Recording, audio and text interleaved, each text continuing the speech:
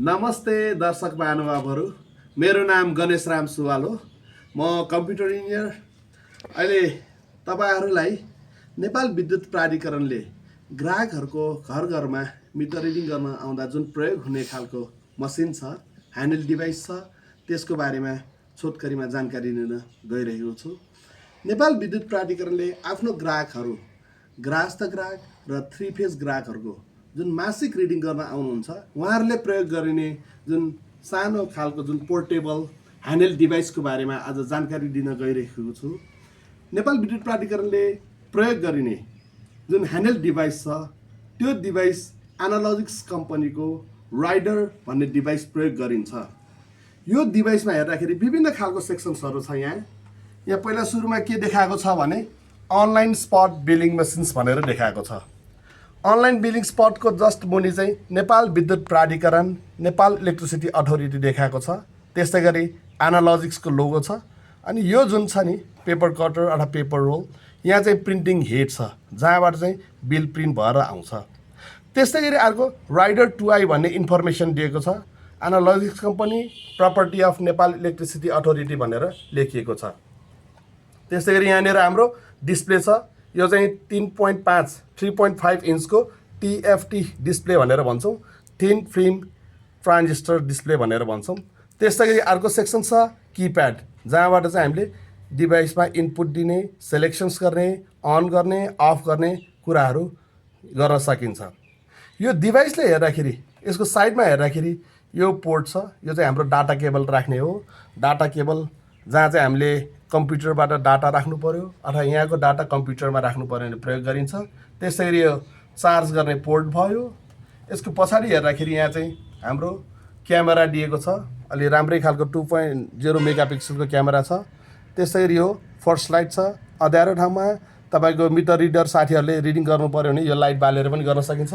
त्यसै गरी अर्को सेक्सन्स भनेको छ यो ब्याट्रीको ट्रे, जहाँ चाहिँ हामी ब्याट्री राख्छौँ।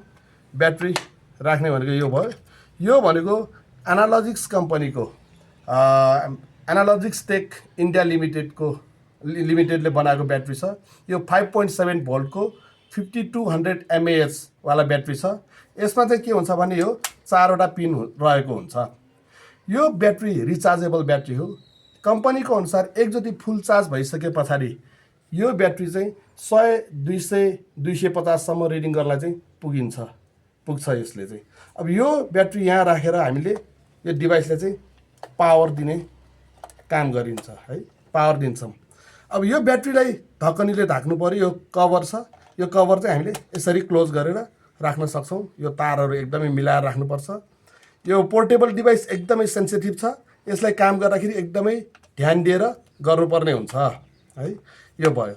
यो ब्याट्री राखिसके पछाडि यहाँ चाहिँ स्क्रु ड्राइभरले अथवा स्क्रुले कसेर यसलाई चाहिँ रबस्ट नखस्ने गरी हामी बनाउन सकिन्छ। यहाँ स्क्रु राख्नुपर्छ है।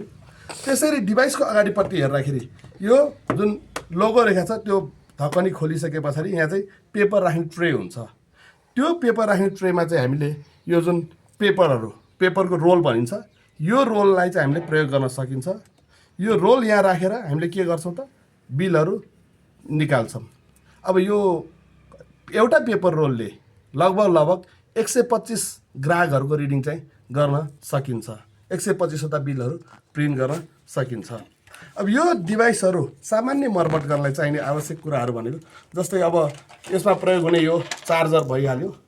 चार्जर चाहिँ हाम्रो अब हामीले यो पेपर भयो, पेपर रोल, यो विभिन्न खालको पेपरहरू छन्। एउटा पेपर रोलले 125 घरसम्म एभरेजमा रिडिङ गर्न सकिन्छ।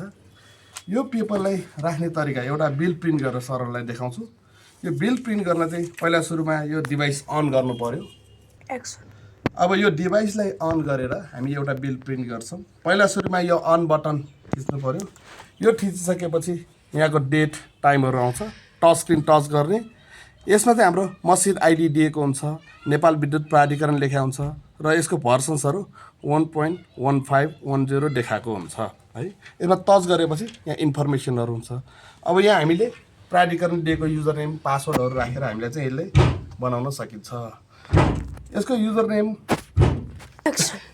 अब यहाँ युजरहरू राखेर हामीले यसलाई लगइन गर्न सक्छौँ। लगइन गरिसके पछाडि यहाँ bill, report, device info, logout आउँछ। हामीले चाहिँ बिलमा टच गऱ्यौँ। टच गरिसके पछाडि यो पेपर रोललाई हामीले हेडमा फिट गर्छौँ। यसको लागि यो बिर्को एनालोजिक्स लेखेको बिर्को निकाल्छौँ र पेपर फिट, यो पेपरहरू मिलाएर पेपर फिट गर्नलाई चाहिँ यो जुन पेपर एकदमै ध्यान दिएर राख्नुपर्छ। यसलाई चाहिँ पेपर फिट चलाएपछि पेपर चाहिँ यसले तान्छ। अब कति मात्रामा चाहियो त्यति टाइम चाहिँ हामीले पेपर फिट राखेर यो पेपर रोल यहाँभित्र राखेर यसको बिर्कोहरू बन्द गर्छौँ।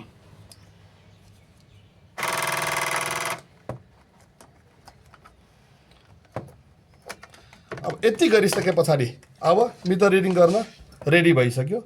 अब एउटा सामान्य बिल निकाल्नु पऱ्यो भने यहाँ सिक्वेन्समा टच गरेँ, यहाँ ग्राहकहरूको इन्फर्मेसनहरू आइरहेको हुन्छ।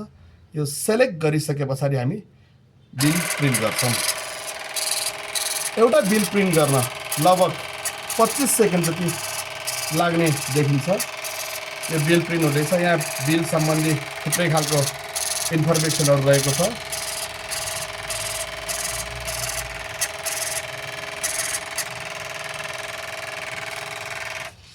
यो बिल प्रिन्ट भइसके पछाडि यो बिललाई यसरी कटरले कट गरेर ग्राहकहरूलाई दिने गरिन्छ।